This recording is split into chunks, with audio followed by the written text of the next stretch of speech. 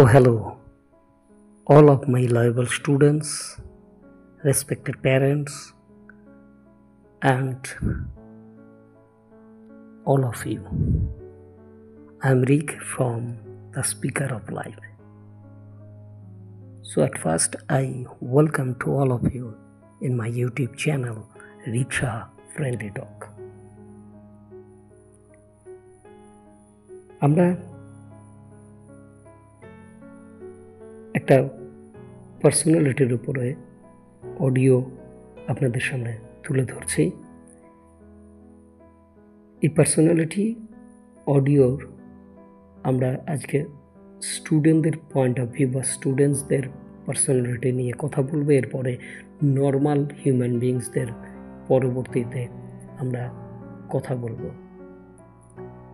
এবং তারও পরবর্তীতে আমরা অ্যাবনর্মাল পার্সোনালিটি ডিসঅর্ডার নিয়ে কথা বলবো।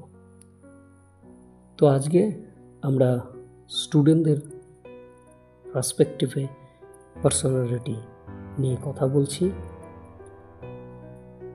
তো প্রথমেই আমরা জেনে নিই বা বুঝে নিই যে পার্সোনালিটি কাকে বলে বা পার্সোনালিটি কী বা পার্সোনালিটি এই শব্দটা কোথা থেকে এলো।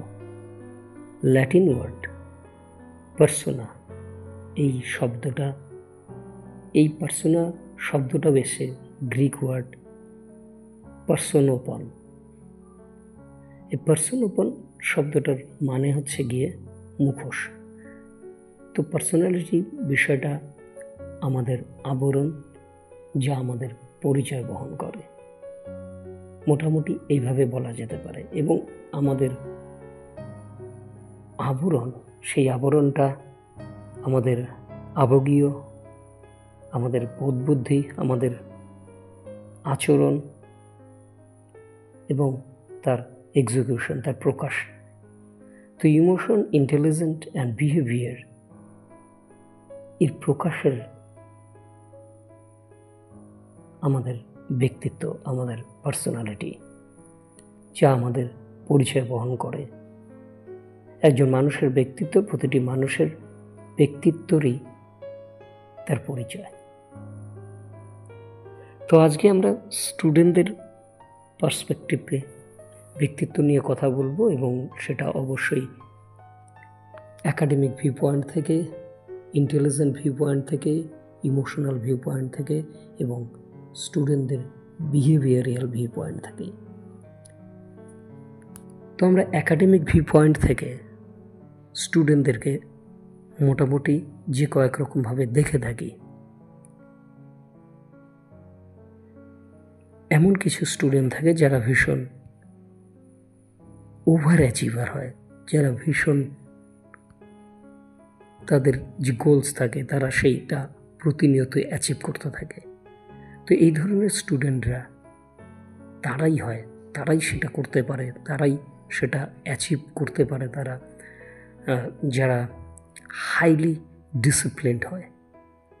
তো অ্যাচিভমেন্টের সঙ্গে হাইলি ডিসিপ্লিনড পার্সোনালিটির একটা যোগসূত্র রয়েছে। So the over achievers personality যারা হাইলি ডিসিপ্লিনড হয়ে থাকে। আর দ্বিতীয় রকম স্টুডেন্টরা অ্যাকাডেমিক ভিউ পয়েন্ট থেকে যে ধরনের ব্যক্তিত্ব আমরা দেখতে পাই স্টুডেন্টদের ক্ষেত্রে, সেটা হচ্ছে দ্য ক্রিয়েটিভ ফ্রি স্পিরিট। এই ক্রিয়েটিভ ফ্রি স্পিরিট যারা, তারা সাধারণত ইনোভেটিভ হয় বাট ডিসঅর্গানাইজড হয়। আমরা এটা দেখে থাকি যে তারা ভীষণই কিউরিয়াস হয় এবং বাট দেখা যায় যে তারা অর্গানাইজড নয়, তারা ডিসঅর্গানাইজড হয়। দ্য সোশ্যাল বাটারফ্লাই, এটা একটা অ্যাকাডেমিক স্টুডেন্টদের ক্ষেত্রে অ্যাকাডেমিক ভিউ পয়েন্ট থেকে তাদের ব্যক্তিত্ব আমরা দেখে থাকি। তারা সাধারণত এক্সট্রোভার্টেড হয়ে থাকে এবং লেস অ্যাকাডেমিক্যালি তারা খুব একটা হতে পারে না, মানে তারা খুব একটা এগোতে পারে না বা তারা ফোকাসড হয় না। পরবর্তীতে 4 নম্বর পয়েন্ট হচ্ছে দ্য কোয়াইট থিঙ্কার। এই কোয়াইট থিঙ্কার যারা, তারা একটু ইন্ট্রোভার্ট হয়, তারা অ্যানালিটিক্যাল হয়, তারা অনেক কিছু অনেক দিক থেকে অনেকভাবে বিচার বিশ্লেষণ করতে পারে। দ্য প্রোক্রাস্টিনেটর, এটা একটা নেগেটিভ অবস্থান থেকে হয়ে থাকে স্টুডেন্টদের। এটা একটা তারা লাস্ট মিনিট ওয়ার্কার হয়, মানে টালতে থাকে, মানে সমস্ত কিছু পরে করব করতে করতে তারা লাস্ট মুহূর্তে সেটা করে। এটা প্রোক্রাস্টিনেটর স্টুডেন্টদের ক্ষেত্রে দেখা যায়। দ্য রিভেল স্টুডেন্টস যারা হয়, তারা চ্যালেঞ্জেস নিতে পছন্দ করে, তারা চ্যালেঞ্জ নিয়ে থাকে। তো একাডেমিক ভিউ পয়েন্ট থেকে আমরা মোটামুটি এই 6 রকমের স্টুডেন্টদের দেখে থাকি। স্টুডেন্টদের ব্যক্তিত্ব আমরা দেখে থাকি, মানে এই ধরনের ব্যক্তিত্ব সম্পন্ন স্টুডেন্টদের দেখে থাকি।